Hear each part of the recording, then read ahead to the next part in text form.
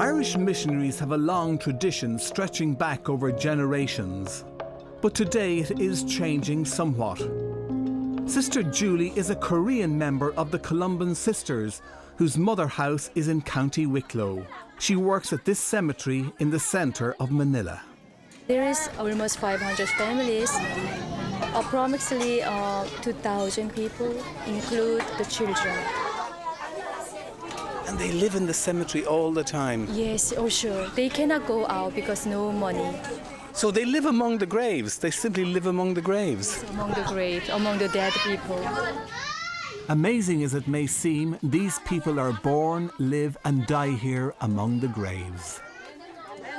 500 miles away in the island of Cebu, Sister Evelyn Flanagan, a presentation nun from Galway, runs a project for the Badjao, one of the most remarkable yet deprived people on the planet. The Badjao are originally sea gypsies that roamed the seas in the archipelago of Southeast Asia. They have absolutely nothing. They have been discriminated against all their lives.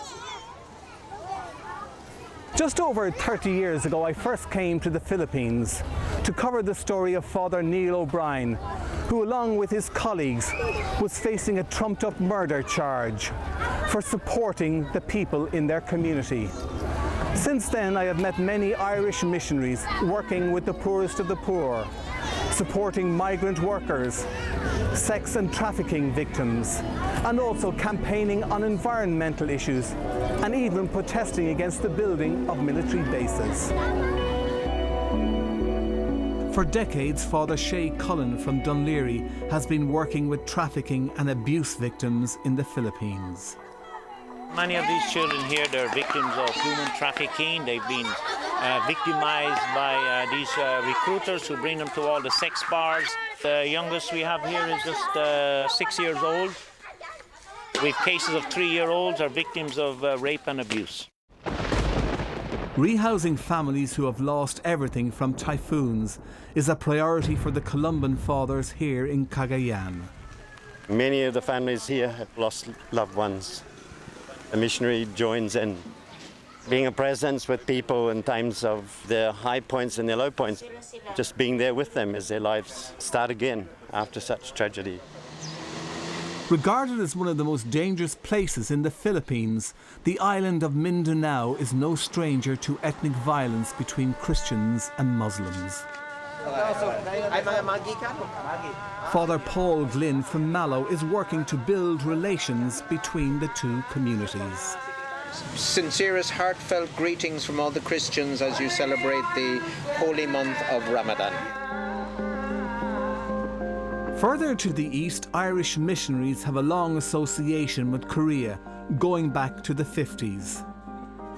Today, Sister Nora Wiseman from Macroom, County Cork, runs a large hospice in Chuncheon. In Seoul, Sister Miriam Cousins runs a shelter for those who are HIV positive. We're dealing with people who are stigmatized. Now, Jesus really went out to the lepers. These are like that in Korea. They need to be accepted and loved. In the city of Yongsan, Father Noel O'Neill, 50 years a missionary, has devoted much of his time to helping those with intellectual disabilities. Last year, over 300 young people lost their lives in a ferry disaster. Their families are still asking questions. Standing with them are the Irish missionaries. People are not getting answers for why their children actually died needlessly that night, and they're crying out for it. So we're just here to support them. As one of the younger missionaries in Korea, Eamon Adams works in strengthening interfaith relations. The church has never been great at dialogue.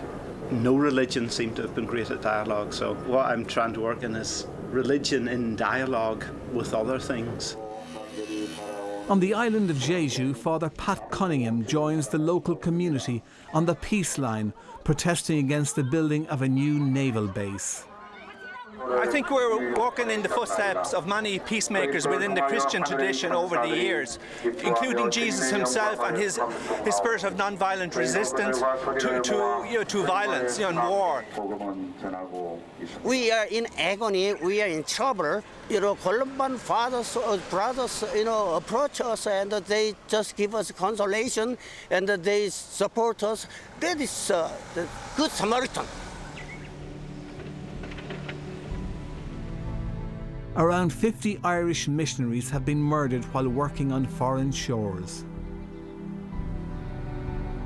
Here, close to the border with North Korea, 7 Colombians were murdered during the Korean War. They were here helping the Korean people. They weren't here for any kind of good for themselves. They didn't come here to go off on holidays or anything else. They came here, come what may. Having said that, they had no desire to die either, no more than any of us have. But they could have gone off and there was plenty of opportunity to escape, but they choose to stay. And if they choose to stay with their people, and they just died from the barrel of a gun.